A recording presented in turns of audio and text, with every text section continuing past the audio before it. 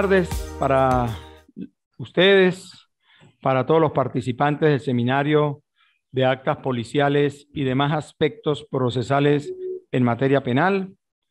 Soy el abogado Sami Hamdan Suleimán, profesor de la Cátedra de Derecho Procesal Penal para el último trimestre y también facilitador del seminario de actas policiales y demás aspectos procesales en materia penal.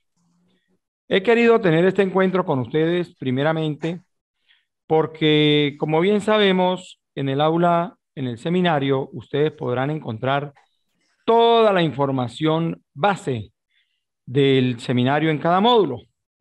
Inclusive allí tenemos los encuentros por módulo, unos encuentros muy completos que de verdad no merece la pena reproducir, y sin embargo he querido tener este encuentro con ustedes para poder dialogar, dinamizar, cumplir con alguna aclaratoria sobre alguna duda que puedan tener, y para eso estamos aquí dispuestos la tarde de hoy.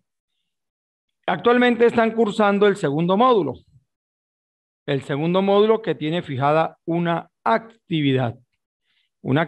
A todos les envié un correo el día de hoy informándoles que no debían consignar la actividad fuera del tiempo previsto.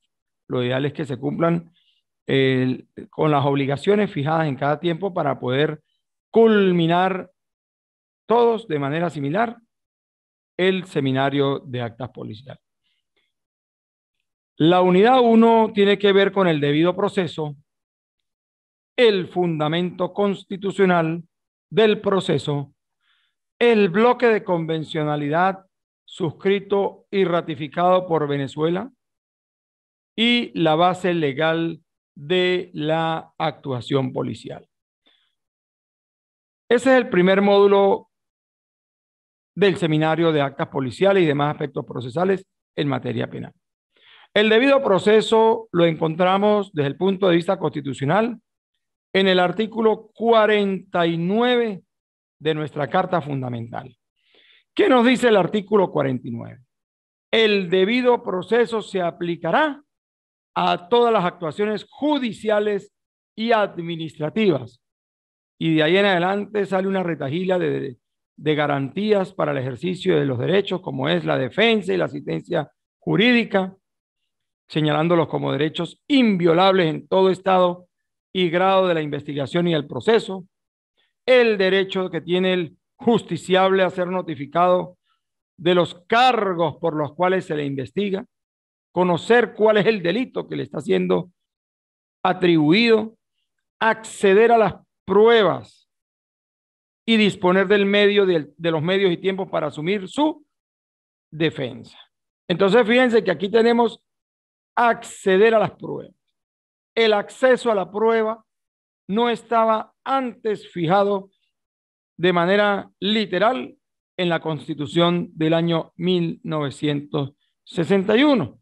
Y es importante que quien está siendo objeto de una investigación, quien ha sido imputado en el marco de un proceso penal, tenga el derecho de saber y conocer qué elementos materiales probatorios le incriminan. Eso es importante. También ese artículo 49 dispone en ese numeral primero que serán nulas las pruebas obtenidas con violación al debido proceso. ¿Qué significado tiene esto? Que si en el marco de un proceso penal a una persona la cita un cuerpo policial o un órgano del Ministerio Público para que rinda una entrevista, pero esa entrevista está siendo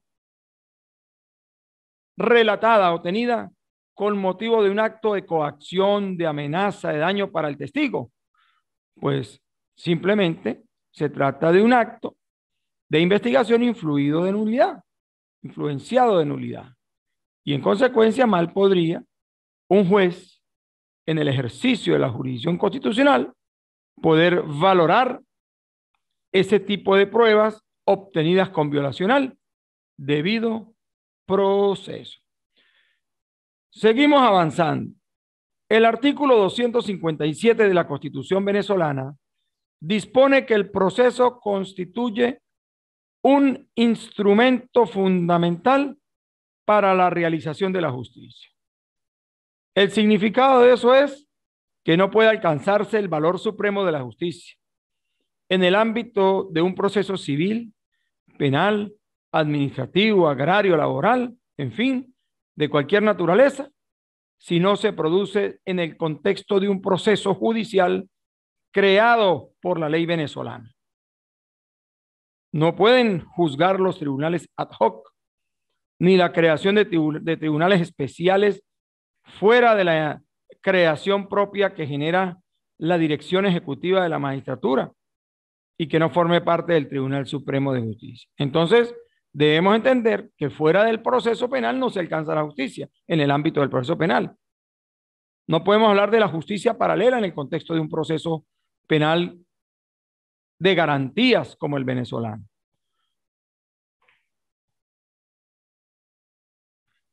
Seguimos avanzando. Venezuela suscribió y ratificó el bloque de constitucionalidad en materia de derechos humanos. En ese sentido, debo señalar que Venezuela es parte del Pacto Internacional de los Derechos Civiles y Políticos, ¿verdad? Venezuela es parte de ese pacto internacional desde el 28 de enero del año 1978. Venezuela es parte de la Convención Americana sobre Derechos Humanos del año 1969, desde el 18 de julio de 1978. Es decir, Venezuela suscribió el Pacto Internacional de los Derechos Civiles y Políticos del año 1966 y suscribió la Convención Americana sobre Derechos Humanos del año 1969, pero pasó a ratificar ambos instrumentos internacionales en cuanto al Pacto Internacional de los Derechos Civiles y Políticos. ¿Cuándo lo hizo? El 28 de enero del año 1978, según Gaceta Oficial Extraordinaria 2146. Y la Convención Americana sobre Derechos Humanos la ratificó el 18 de julio del año 1978 según Gaceta Oficial 31.256.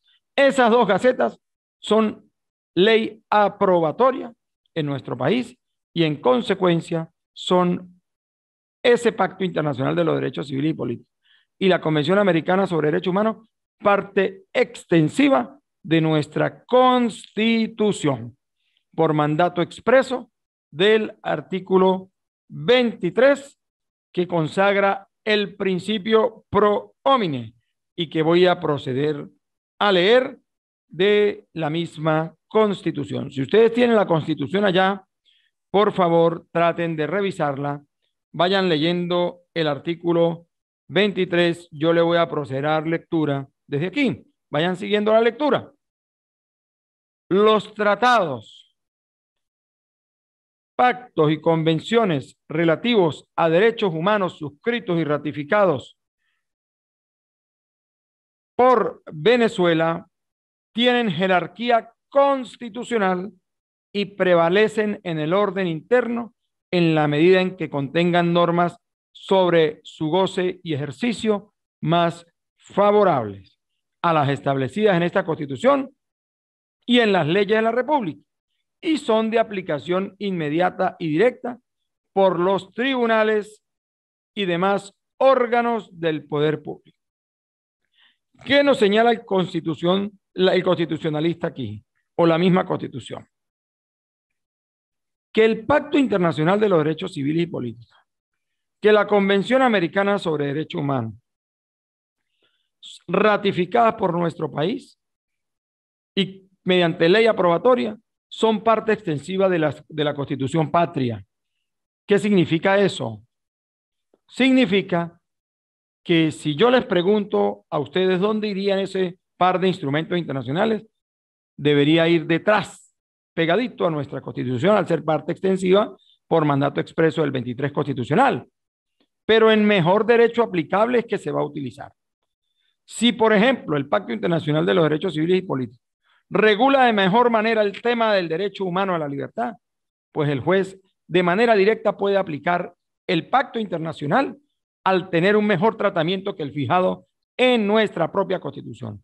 De allí es que se expresa o se consagra el mejor derecho aplicable del instrumento internacional. ¿Está claro eso?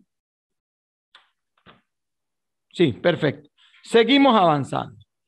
Luego de haberse aprobado, de haber suscrito y ratificado ese par de instrumentos que devienen inclusive de la propia Declaración Universal de Derechos Humanos del año 1948, en plena etapa de culminación pues, de la Segunda Guerra Mundial. Luego de la Declaración Universal, el Pacto Internacional de los Derechos Civiles y Políticos, la Convención Americana sobre Derechos Humanos, tenemos la Convención luego sobre la tortura, los tratos crueles, inhumanos o degradantes, Convención Interamericana contra la Tortura, viene un conjunto de instrumentos internacionales, la Convención de los Derechos del Niño, quiere decir la Convención para erradicar la violencia de género, que es la Convención de Opará. Bueno, todo ese compendio de instrumentos internacionales reguladores de derechos humanos terminan siendo parte extensiva de nuestra Carta Constitucional y resultan aplicables siempre y cuando, de manera directa por los jueces, regulen de mejor manera el tratamiento de los derechos humanos, igualmente fijados en nuestra propia Carta Constitucional. También dentro del bloque de convencionalidad hay un documento importante que deben tener referenciado siempre para quienes ejercen el derecho penal, que es el Código de Conducta de los funcionarios encargados de hacer cumplir la ley.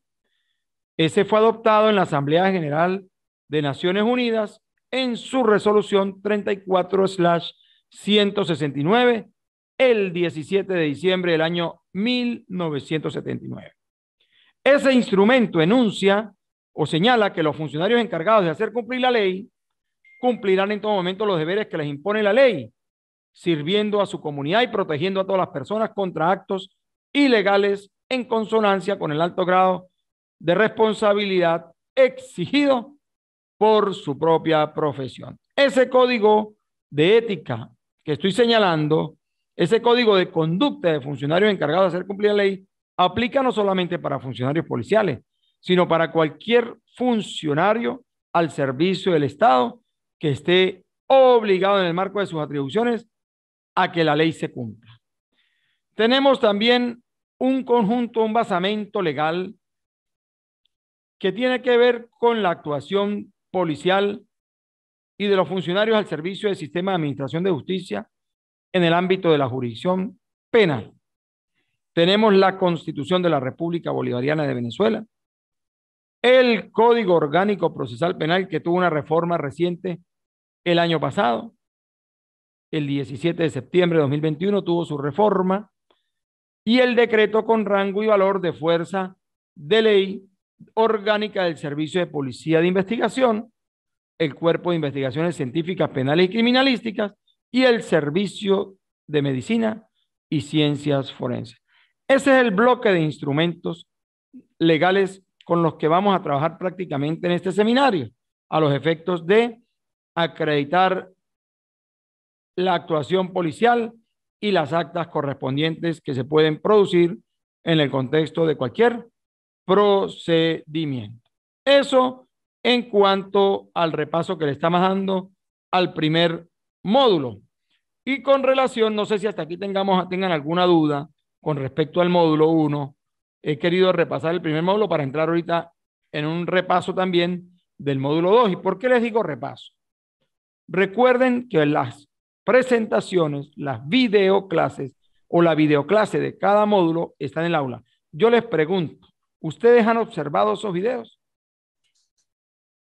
Profe, ante todo un saludo, mi respeto, mi consideración y admiración por el trabajo que hace. Yo me inscribí tarde en el seminario. Ok.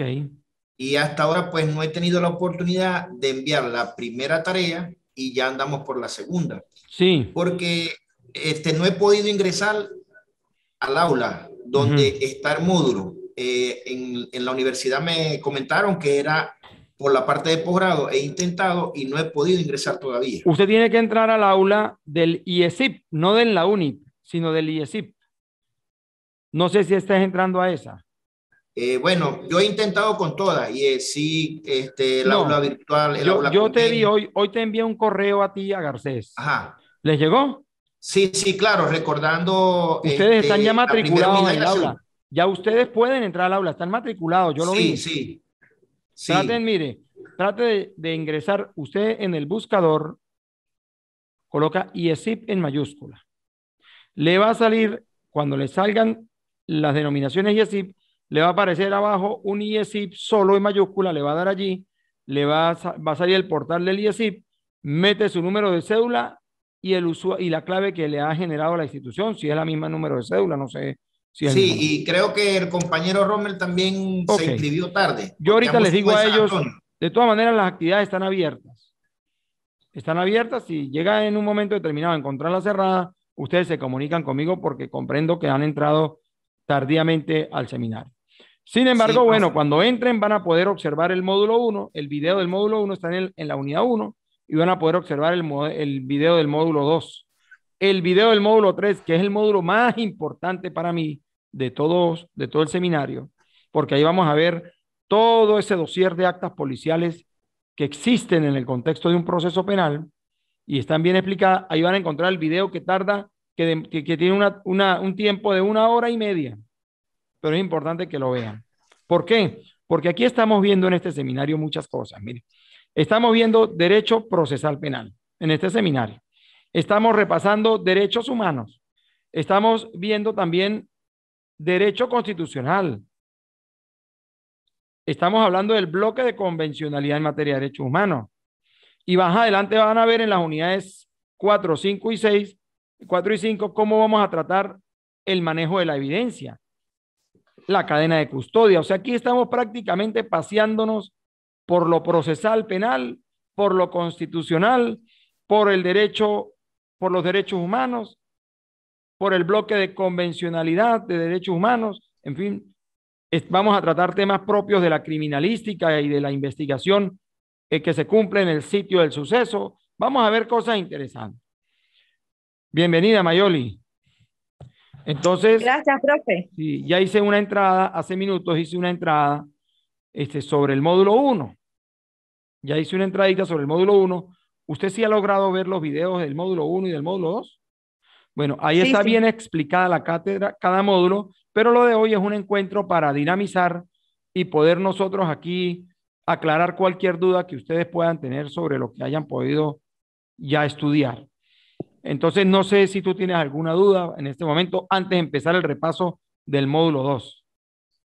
Para nada, no, no. Tengo muy claro todo lo que está en la unidad 1. Perfecto. Entonces, vamos a continuar. ¿Está bien? Perfecto. Mire, el módulo 2 tiene que ver con los modos de proceder del proceso penal, los modos de proceder para el inicio del proceso penal. ¿Quién es el titular de la acción penal en los hechos punibles de acción pública? La dirección de la investigación y atribuciones que tiene el Ministerio Público, los principios y reglas de actuación procesal, de actuación policial en los procedimientos y la libertad probatoria y sus exigencias de licitud y de legalidad en el proceso penal. Los modos de proceder. Como bien sabemos, cuando se produce un hecho punible de acción pública, vamos a ejemplificarlo con un robo agravado, que es un delito de acción pública. Hay algunas formas de proceder. Tenemos cuando el hecho se inicia de manera directa o el conocimiento del hecho lo tiene directamente el Ministerio Público.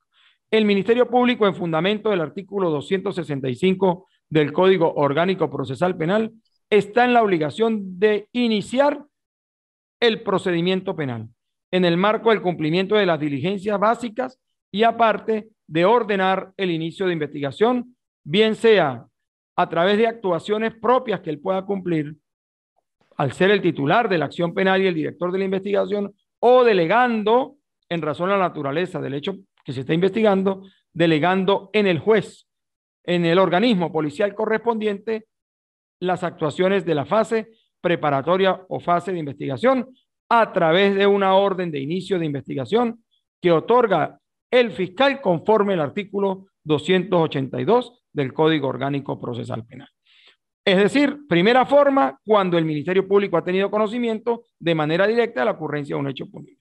El fiscal va manejando en la calle, está de guardia y observa que están cometiendo un robo.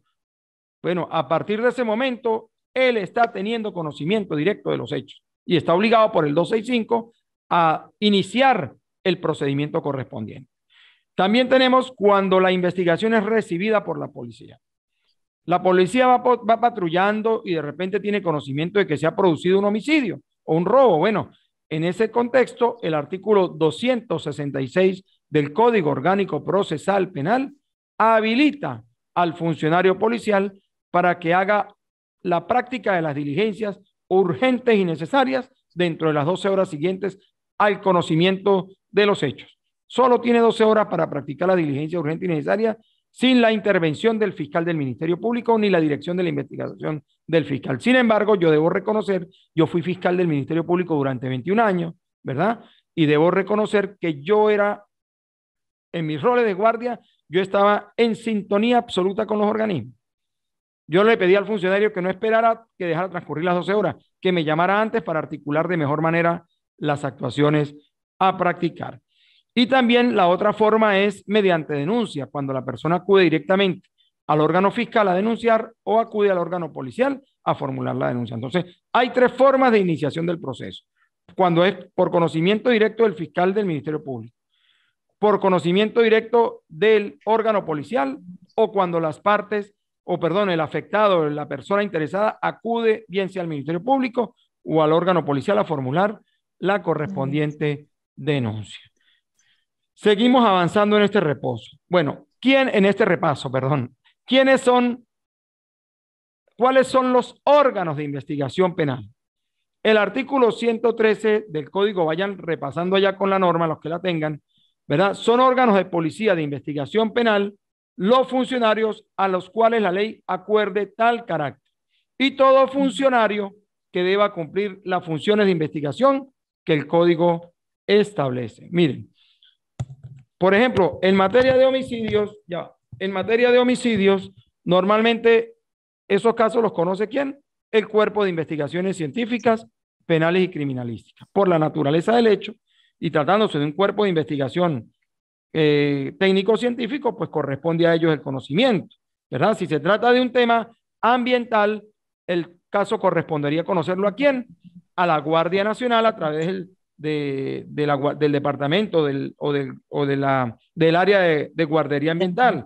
Si se trata de un delito aduanero o de un contrabando de introducción, pues normalmente en este caso la Guardia Nacional cumple esa tarea. Si se trata de un tema de tranca de vías o de alteración del orden público, es una facultad también para la gente, resulta competente la Guardia Nacional bolivariana. Pero aquí nosotros tenemos un artículo que es de la Constitución, el artículo 329, que señala que la Fuerza Armada Nacional podrá ejercer las actividades de policía administrativa y de investigación penal que le atribuya la ley. Es decir, que no solamente es competente el 6CPC, ni la Policía del Estado, ni la Policía Nacional Bolivariana, ni el SEBIN, ni la DGCIM, Dirección General de Contrainteligencia Militar, sino también el mismo ejército. En algunas ocasiones la Guardia Nacional es competente para conocer de acuerdo a la naturaleza del hecho conforme el 329 de la misma Carta Constitucional. En materia de seguridad y defensa de la nación, la Dirección General de Contrainteligencia Militar tiene unas tareas, unas facultades propias en la contrainteligencia. Entonces, bueno, si hay que atacar, si hay que investigar algún hecho punible de esa naturaleza, el órgano investigador, por su esencia, y por la naturaleza del hecho será esa dependencia policial que pertenece al Ministerio del Poder Popular para la Defensa. Entonces, dependiendo de cada evento y de la naturaleza del hecho, el fiscal delegará esa facultad al órgano de investigación penal que corresponda. También tenemos, para ir avanzando, vamos a buscar aquí, dice aquí, investigación de la policía. Préstenle especial atención al artículo 266 del Código Orgánico Procesal Penal. ¿Qué dice ese artículo 266? Especialmente para quienes van a salir a ejercer en el área del derecho penal. Porque quienes se vayan a graduar de abogado y quieran ejercer en materia, en el ámbito penal, es importante que manejen los artículos más relevantes y del uso diario para el ejercicio de la profesión. Por ejemplo, investigación de la policía. Si la noticia es recibida por las autoridades de policía, estos la comunicarán al Ministerio Público dentro de las 12 horas siguientes y solo practicarán las diligencias urgentes y necesarias. Es decir, el órgano policial que ha tenido conocimiento directo de los hechos, ¿verdad? Solo tiene 12 horas para practicar las diligencias urgentes y necesarias. Supongamos que se trata de un robo. Robaron una panadería. Se produjo el robo en la panadería y resulta que el órgano policial que patrullaba el cuadrante tuvo conocimiento. Se presentó en el sitio. Bueno, una vez que tiene conocimiento del hecho, puede practicar hasta dentro de las 12 horas siguientes, en ese interín de 12 horas, solo las diligencias urgentes y necesarias, sin necesidad de que el fiscal le haya dado la orden de inicio. ¿Y qué significado tiene esa diligencia urgente y necesaria? Eso está en el artículo 266 del Código Orgánico Procesal Penal. ¿Qué significado tiene? Las diligencias urgentes y necesarias se estarán dirigidas a identificar a los autores, a identificar y ubicar a los autores, autoras y demás partícipes del hecho punible. Y al aseguramiento de los objetos activos y pasivos relacionados con la perpetración. Por ejemplo, si encontramos un arma de fuego tirada en el suelo y hay sustancia hemática y hay, qué sé yo, cámaras de video que han registrado el evento y si hay testigos, pues sobre ese dossier de evidencias y de elementos materiales probatorios es donde el funcionario en el marco de las 12 horas debe cumplir con el mandato de este artículo 266. Entrevistar testigos, recabar los videos, ordenar la práctica de experticias a las evidencias que se colectan, fijar fotográficamente el sitio, elaborar el acta policial, elaborar la inspección técnica del sitio. En fin, eso es lo que a eso se refiere el tema de las 12 horas. Acreditar de la mayor o de la mejor manera posible el hecho suscitado en ese periplo de las 12 horas. Pero supongamos que las 12 horas son insuficientes. Cónchale, llegamos a las hora 12 y vamos a entrar a las 13 horas, a las 14 horas y no tenemos la orden de inicio de investigación. La dinámica diaria indica que nadie ataca eso en las audiencias y el defensor no revisa eso. Pero yo que fui fiscal, sí lo puedo hacer porque sé lo que el significado que eso tiene en el ámbito del debido proceso. Entonces, ¿qué ocurre? Si el funcionario policial está cumpliendo las diligencias en esas 12 horas y necesita seguir con esas diligencias, practicando más diligencias, ¿qué debe hacer el funcionario? Llamar al fiscal de guardia, pedirle autorización para que le faculte a cumplir otras diligencias ya fuera del lapso de las 12 horas a través de una orden de inicio que puede ser incluso telefónica y que el funcionario la puede plasmar en el acta policial, porque el código por ningún lado dice que la orden de inicio deberá ser escrita. Entonces, si yo tengo 12 horas para practicar diligencia y me faltan unas 3 horas más para seguir cumpliendo con más diligencia de investigación o actos de investigación urgentes y necesarios, yo llamo al fiscal, ciudadano fiscal, se me están venciendo las 12 horas, necesito que me habilite la orden de inicio de investigación, así sea por llamada telefónica, y yo la plasmo con fecha, hora de la llamada y nombre del fiscal donde me autoriza a cumplir con esa diligencia de investigación. Y yo perfectamente lo podría hacer. Es decir, esto se trata de un proceso formal que no se puede relajar. Y la dinámica procesal nuestra en algunas ocasiones denota que entramos a veces en fases de relax y nos volvemos mecánicos, robóticos y dejamos de observar los aspectos importantes en el contexto de los procedimientos penales. En Venezuela, ¿quién es el titular de la acción penal? El Ministerio Público. ¿Pero será que para todos los delitos? No. No. Hay delitos de acción pública y hay delitos de acción privada. En los delitos de acción pública, el fiscal es el titular de la acción penal y el fundamento de eso está en el artículo 285 de la Constitución y 24 del Código Orgánico Procesal Penal. ¿Quién es el director de la investigación? El fiscal del Ministerio Público. artículo 265 del Código Orgánico Procesal Penal en correspondencia con el artículo 111, numerales 1 y 2 del Código Orgánico Procesal Penal.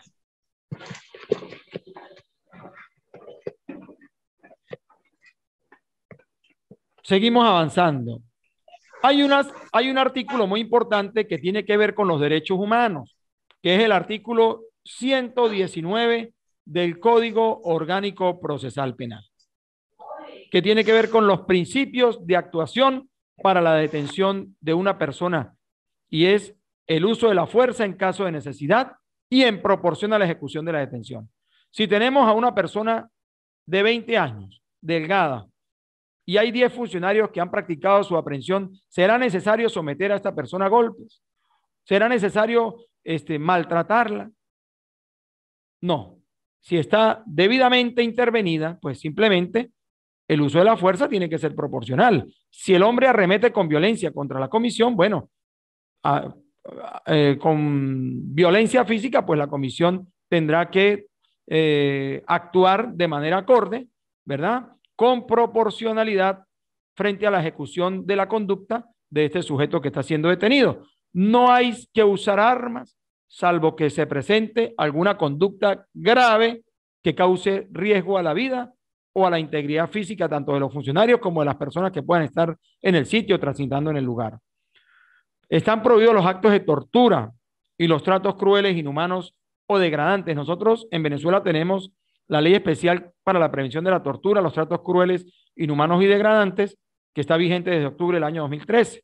Venezuela asumió el compromiso en el Concierto de las Naciones una vez que suscribió la Convención contra la Tortura, la Convención Interamericana contra la Tortura, y se vio obligada a legislar y así lo hizo, y hay una ley muy hermosa que regula esos temas. No se deben presentar a los detenidos a los medios de comunicación, eso está mal, porque, y menos en las horas iniciales del proceso, salvo que el mismo detenido dé su consentimiento y esté acompañado de su abogado defensor. Todo eso está en el artículo 119. El funcionario que va a actuar tiene que identificarse. El anonimato en la actuación policial está prohibida. En aquellos casos de operaciones encubiertas, normalmente el juez de control las autoriza, porque eso tiene un control judicial por la Ley Orgánica contra la Delincuencia Organizada y Financiamiento al Terrorismo, y el juez está en conocimiento de los datos ciertos del funcionario. Es decir, no estamos actuando bajo el amparo del anonimato porque el juez está en conocimiento, un juez de control de garantías, que es el que autoriza, está en conocimiento de los datos mínimos del funcionario que lo está haciendo. Informar al detenido acerca de sus derechos. Todo funcionario tiene la obligación de informar al detenido sobre sus derechos constitucionales y legales, que son los del 49 de la Constitución y 127 del Código Orgánico Procesal Penal. Debe también comunicarle a los familiares o parientes del detenido sobre la detención. No esconderlo, no negarle el derecho a que los familiares sepan, a fin de evitar que los familiares mañana o pasado puedan acudir a un medio de comunicación denunciando la desaparición de esta persona, con la gravedad de que la Defensoría del Pueblo, en una supervisión, o el fiscal de derechos humanos en una supervisión policial, pudiera encontrar al detenido en una celda y allí pudiese iniciarse un procedimiento contra el funcionario al haberle cercenado el derecho de comunicación que le asiste en el artículo 119, numeral séptimo del Código Orgánico Procesal Penal. Y también el funcionario tiene la obligación de asentar el lugar, día y hora de la detención en un acta inalterable, el acta policial que justifica la detención, en la que se fijan las circunstancias de tiempo, lugar y modo de la detención de la persona y que debe cumplir con los requisitos que exige el artículo 153 del Código Orgánico Procesal Penal. A modo de culminar el segundo módulo en el repaso, en Venezuela, en el sistema penal nuestro, que es el modelo acusatorio, y entendemos por el modelo acusatorio aquel sistema en el que se produce el desdoblamiento del Estado en su funcionalidad en el ámbito de la jurisdicción penal, es decir, le corresponde al fiscal del Ministerio Público por mandato expreso del artículo 285, numerales 3 y 4 de la Constitución, dirigir la investigación y ejercer la acción penal. ¿Y corresponde a quién?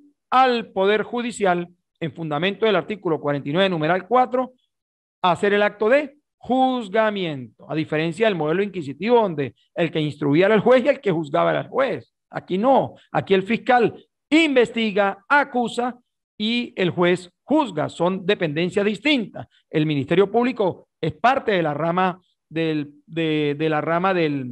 parte del poder ciudadano y los tribunales son parte del poder judicial. Son dos poderes públicos distintos. Entonces, ahí está la diferencia entre el acusatorio y el inquisitivo en algún aspecto, en cuanto al desdoblamiento del Estado en su funcionalidad, porque el Ministerio Público investiga y acusa, ejerce la acción penal y el que juzga es el Poder Judicial, que es un poder distinto al poder ciudadano. Entonces, en ese ámbito, en Venezuela, nosotros tenemos la libertad probatoria en el marco del modelo acusatorio. Artículo 180 del Código Orgánico Procesal Penal. Pero esa libertad probatoria no puede confundirse con el libertinaje probatorio. Las pruebas se rigen por unos formatos, por unos protocolos que nacen de la misma Constitución y del mismo bloque de constitucionalidad y de un conjunto de principios que rigen la prueba. Solo se podrán probar todos los hechos y circunstancias de interés para la correcta solución del caso y por cualquier medio de prueba. Pero ese cualquier medio de prueba debe entenderse que sea obtenido lícitamente y que sea incorporado legalmente al proceso, que resulte pertinente y que resulte útil y necesario. Y un medio de prueba para que resulte pertinente y pueda ser admitido debe referirse directa o indirectamente al objeto de la investigación y ser útil para el descubrimiento de la verdad. Si nosotros tenemos si se ejecuta un allanamiento sin orden judicial y sin la presencia de testigos, pues es un acto violatorio de la Constitución y del debido proceso. Mal pudiese un fiscal promover ese acto de investigación influenciado en nulidad como medio de prueba. Es decir, tiene que ser practicado con licitud e incorporado con legalidad. También nosotros debemos recordar aquí que las pruebas en el marco de un proceso penal tienen una oportunidad preclusiva para ser promovidas. En cualquier etapa del proceso no se pueden promover pruebas. En la fase preparatoria se materializa la fase de investigación, los actos de investigación. El fiscal a partir de allí empieza a depurar y ver de esos actos de investigación que se denominan inicialmente fuentes de prueba, él va decantando y va viendo cuáles se van a convertir en medios de prueba a los efectos de ser promovidos en el escrito acusatorio. Entonces, hay una oportunidad procesal para ello y la defensa tiene hasta 5 días antes de la celebración de la audiencia preliminar para promover esos medios de prueba por mandato expreso del mismo Código Orgánico Procesal Penal. No es que yo la voy a promover cuando a mí se me dé la gana, por decirlo así, o ya estando en juicio. Hay una oportunidad procesal para promover las pruebas. Eso es tema ya del derecho probatorio. Y también tenemos la figura de la prueba anticipada, que es que tiene lugar en aquellos casos en los que por su naturaleza y características deban ser consideradas como actos definitivos e irreproducibles. Ejemplo, se debe tomar el testimonio anticipado en fase de investigación a una persona ante un juez de control de garantías en fundamento del artículo 289 del Código Orgánico Procesal Penal, por ejemplo, un testigo que esté próximo a fallecer y tenga información relevante. Entonces, esa información hay que captarla a través de la figura de la prueba anticipada antes de que se produzca el fallecimiento de esta persona, y luego ese documento se promueve en el escrito acusatorio y se evacúa en la fase de juicio a través de su lectura. Y están las circunstancias de la prueba anticipada en el artículo 289 del Código Orgánico Procesal Penal. Y por último, el tema de la licitud de las pruebas. El artículo 181 del Código Orgánico Procesal Penal fija todo ese contexto de licitud de la prueba. Los elementos de convicción solo tendrán valor, primero, si han sido obtenidos por un medio lícito e incorporados al proceso conforme lo dispone el Código Orgánico Procesal Penal. Segundo, no podrá utilizarse información obtenida mediante tortura, maltrato, coacción, amenaza, engaño, indebida intromisión en la intimidad del domicilio, en la correspondencia, en las comunicaciones, los papeles y archivos privados, ni la obtenida por otro medio que menoscabe la libre voluntad o los derechos fundamentales de las personas. Si yo entro al teléfono celular de alguien sin una orden de extracción de contenido emitida por un juez de control conforme al artículo 48 constitucional, más allá de la información valiosa, está influenciada de nulidad y en consecuencia por el 49.1 que dice toda prueba obtenida con violación al debido proceso será nula, pues eso no tendrá ningún valor. Ahí tenemos un ejemplo claro. O cuando se entrevistan personas en un cuerpo policial y las obligan a firmar cosas o documentos que no, con contenido de algo que no han dicho y que incriminan a alguna persona. Ese tipo de entrevistas tampoco tienen valor. Asimismo, tampoco podrá apreciarse la información que provenga directa o indirectamente de un medio o procedimiento ilícito. El allanamiento sin orden judicial y sin testigo. El reconocimiento en fila de personas o en rueda de personas sin la presencia del defensor de la persona imputada. Es decir, esos son actos que están influenciados de nulidad y al no ser cumplidos conforme a la Constitución y el Código, pues carecen de licitud y en consecuencia no pueden ser promovidos en el marco de ningún procedimiento. Entonces, bueno, sobre estos puntos tratan las unidades 1 y 2 del Seminario de Actas Policiales y demás actos procesales en materia penal. Les invito a que vean, vean el video de la unidad 3 en el módulo 3. Ese video contiene todas las formas de las actas policiales posibles en el contexto de un proceso penal. Dura 1 hora y 30 minutos. Les recomiendo que la vean. Ya después de que ustedes vean ese video, esa videoclase, tendremos otro encuentro más adelante para discutir las unidades 3 y 4. Vamos a tener 3 encuentros directos. Aquí hemos hablado del 1 y 2 y ya en el próximo encuentro será cuando tratemos las unidades 3 y 4. Y luego el azul, otro encuentro para las unidades 5 y 6. Pero revisen la unidad 3. Préstenle atención a esa unidad. Es muy valiosa, es muy importante para que saquen todas sus conclusiones y formulen las preguntas que a bien consideren para yo poderles dar respuesta a las inquietudes que puedan tener cada uno de ustedes. No sé si tengan algo que decir, por favor, con todo gusto. Abra el micrófono, Mayoli. Está cerrado su micrófono. Ajá. Ahora sí, ya. Profesor, yo trabajé en el Ministerio Público también. Usted habló sobre que eran 12 horas. ¿En qué Ministerio Público yo trabajaste? ¿En qué estado? Ahí yo la conozco a usted, pero usted no se acuerda de mí. ¿Pero en qué fiscalía?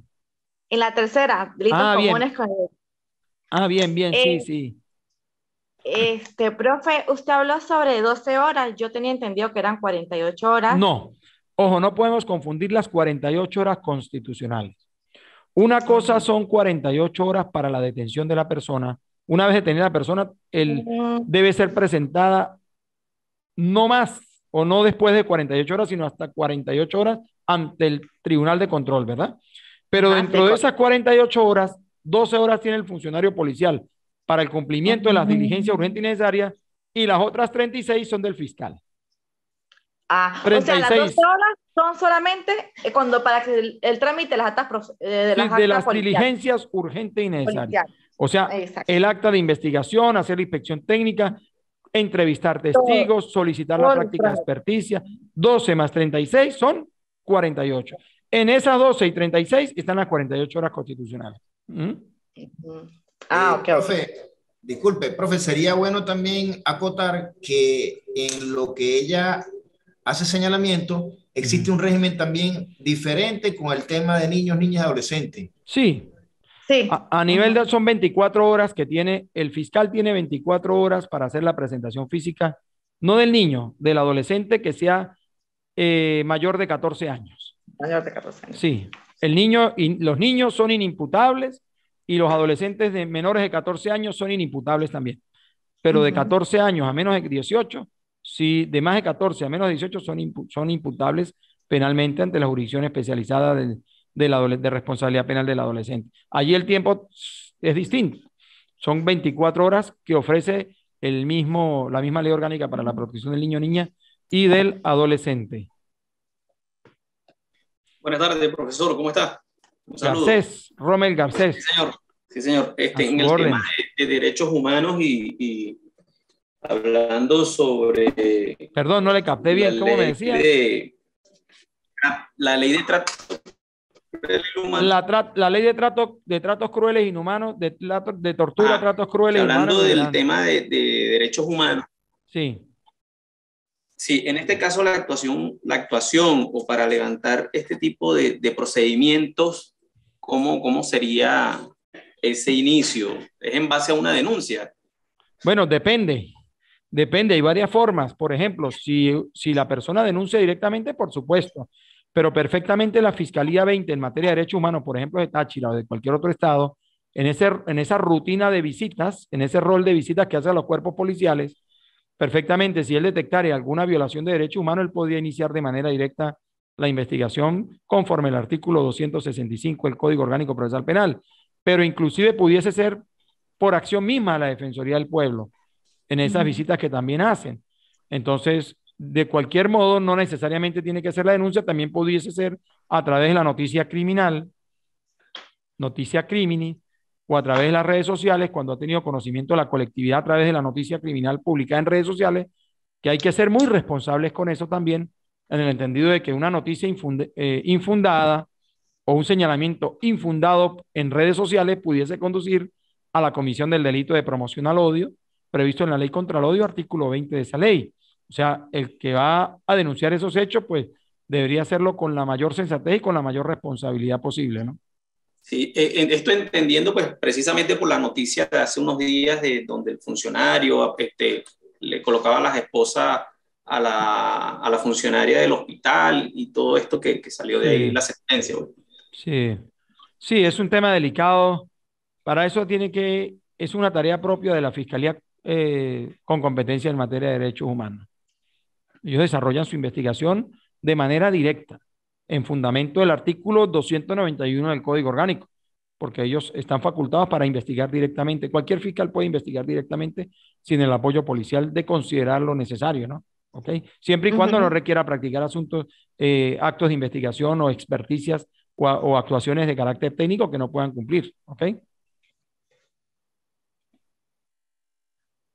Estamos a la orden. Cualquier otra pregunta. No. Bueno, profesor, no, agradecido por los aportes. Y vamos a mantenernos en comunicación. Vean los videos. Los videos son ilustrativos. Si quieren, publíquenlo, denle en el canal YouTube del IESIP, están publicados muchos videos que yo tengo allí, pero esos videos del seminario de actas policiales son muy bonitos y se los recomiendo. Los tengan allí como un referente para cualquier duda, ¿ok? Bueno, en nombre del Instituto de Estudios Superiores de Investigación y Posgrado y en nombre de Enlace Latinoamericano de Universidades, quiero agradecerles a ustedes la presencia en la clase de hoy. Estoy a la orden. Mi número telefónico es 0414-077-9971. Hay un grupo creado, creo que hay un grupo creado de WhatsApp para mantener comunicación, ¿sí? 0414-077-9971. Hay un grupo WhatsApp creado para el seminario y inviten a los demás compañeros que quieran, sean o no graduandos de esta institución, especialmente funcionarios policiales o quienes quieran estudiar derecho, invítenlos a que hagan este seminario porque es sumamente importante para el desempeño profesional de cada uno de ustedes. Muchas gracias por la atención, que Dios los bendiga y que tengan una feliz tarde.